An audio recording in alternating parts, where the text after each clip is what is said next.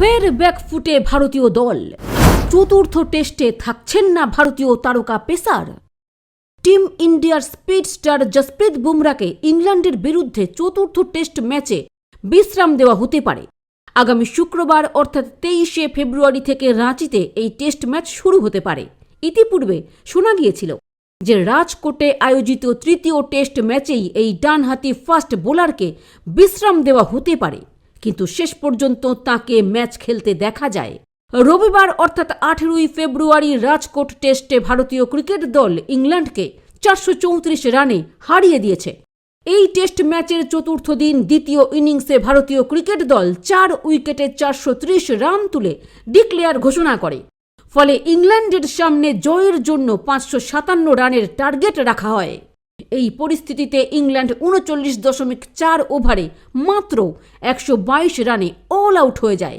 ক্রিকবাজে প্রকাশিত একটি প্রতিবেদন থেকে জানা গিয়েছে যে রাঁচিতে আয়োজিত ইংল্যান্ডের বিরুদ্ধে চতুর্থ টেস্ট ম্যাচে ভারতীয় ক্রিকেট দলের প্রধান পেস বোলার জসপ্রীত বুমরাকে বিশ্রাম দেওয়া হতে পারে।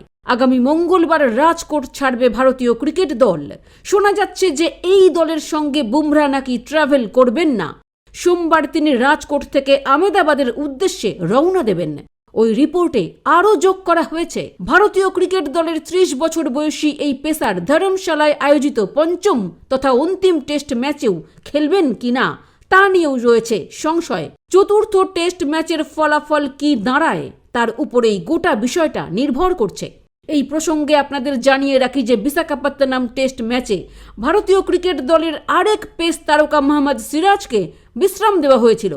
রঞ্জি ট্রফি খেলার জন্য আবার তৃতীয় টেস্ট ম্যাচ থেকে রিলিজ করে দেওয়া হয়েছিল মুকেশ কুমারকেও।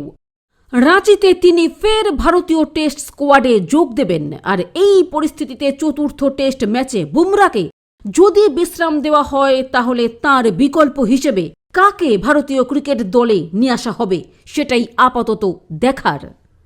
ব্যুরো রিপোর্ট, উত্তরের জ্যোতি নিউজ।